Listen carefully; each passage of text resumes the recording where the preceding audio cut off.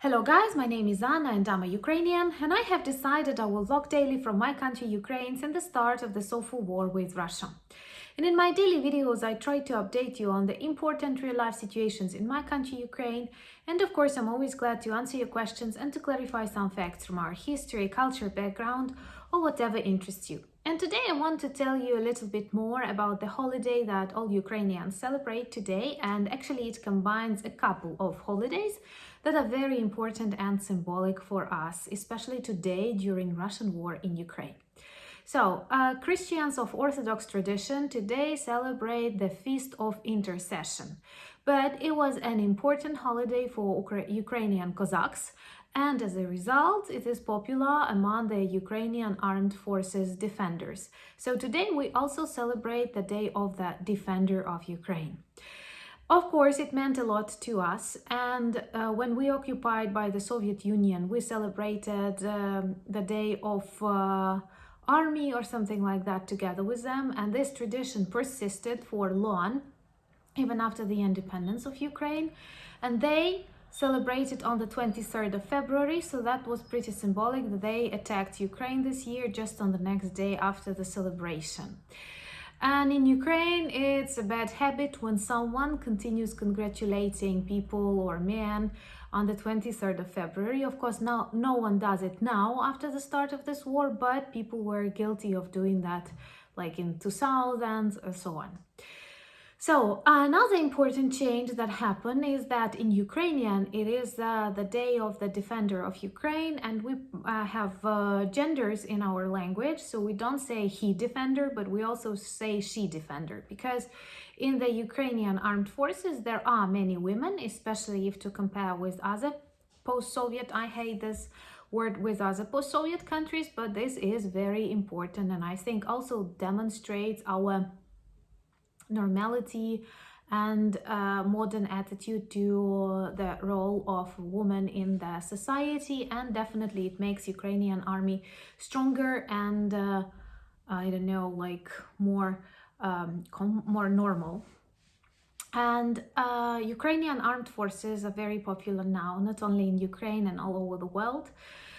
We were ranked as 16th or 17th army in the world, but I'm sure now people have changed their attitude.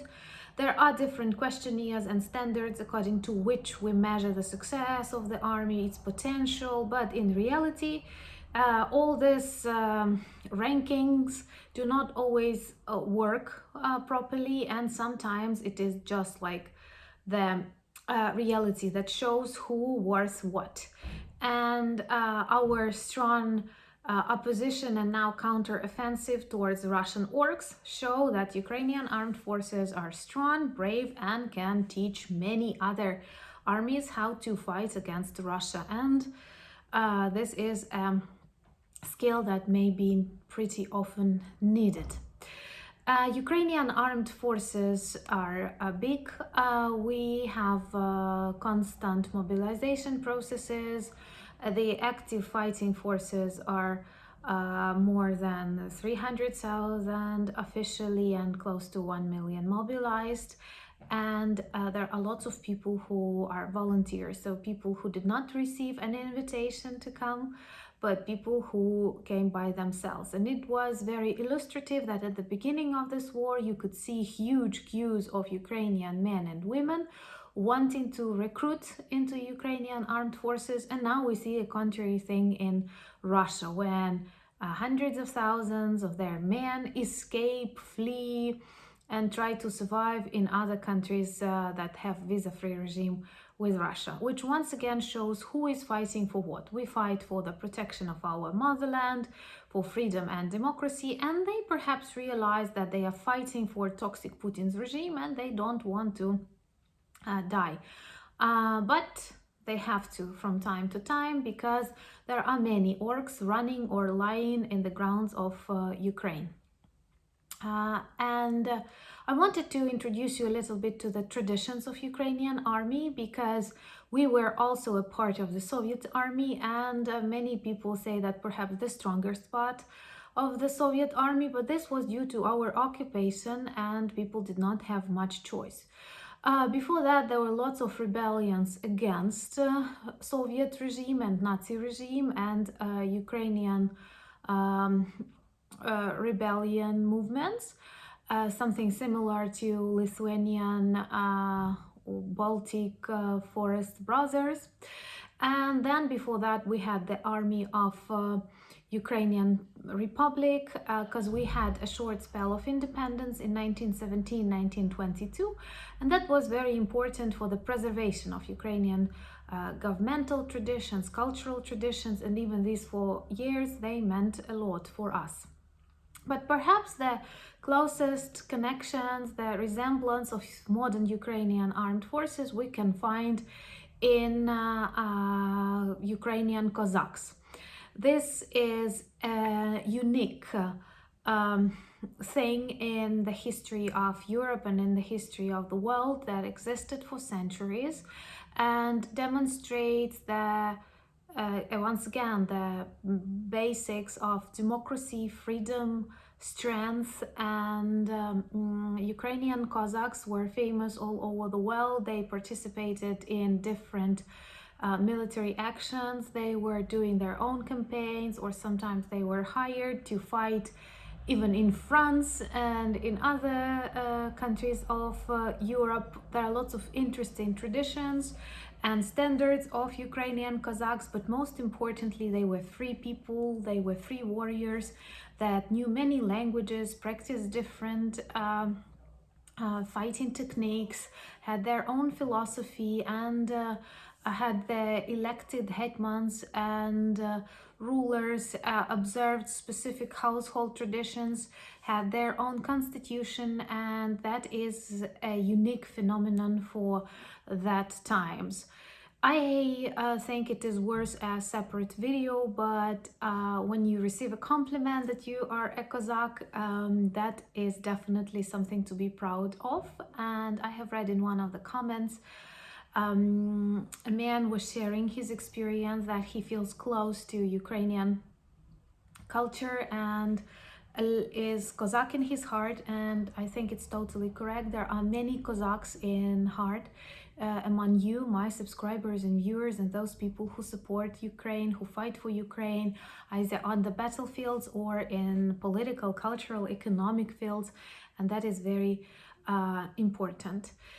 And that traditionally there were important holidays on Sich. Sich is the location of Kozaki, and you know Zaporizhzhia Sich, close to Zaporizhzhia, but there were other places where they worked, practiced, fought, and periods when they had vacations between their battles. And the Feast of Intercession was one of the most worshipped among Cossacks. They believe that Godmother provides them with her protection, and they had lots of celebrations for this day. There are lots of songs, and there are lots of important traditions to be kept. That's why Ukrainians now celebrate it and combine the day of intercession with the day of the defender of Ukraine.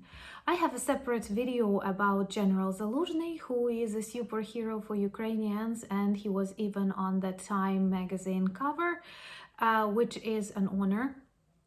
And well, today I can tell you that Ukrainian armed forces are the institution that unites all Ukrainians with pride and love.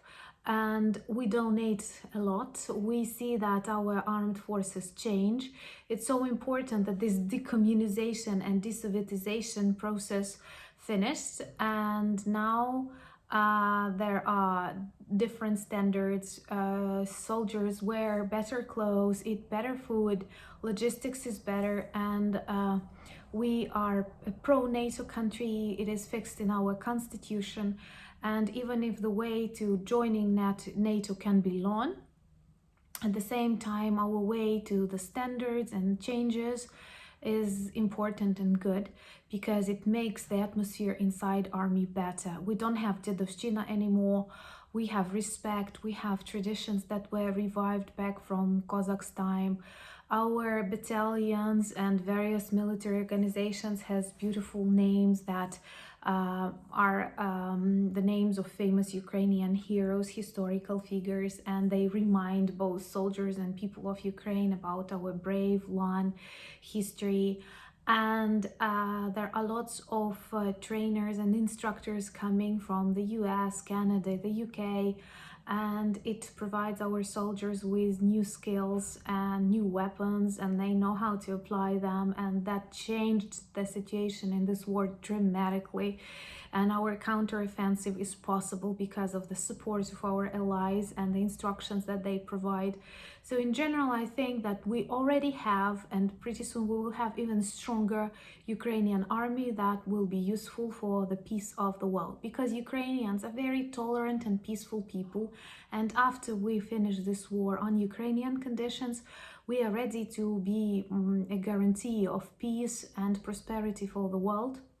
I'm sure we will not initiate any conflicts, but maybe we will work as a protection against it. I mean, just like ideologically, our knowledge, experience, and we definitely want to be useful for NATO countries, for other countries that are bordering Russia, and for countries all over the world, because with their threats, with their negative approach towards peace and world, Russians are really dangerous. If you want to know more about Soviet army traditions and where they invincible, you can watch our new episode, our last episode about the invincible, once again, Soviet army and the Soviet myth debunked episodes. Thank you for watching my videos. If you like them, support them. Subscribe to a channel, because I believe people need to know more about Ukraine as this war continues. Thank you for buying me coffees, becoming my patrons, and most importantly for your support of Ukraine. Slava Ukraini!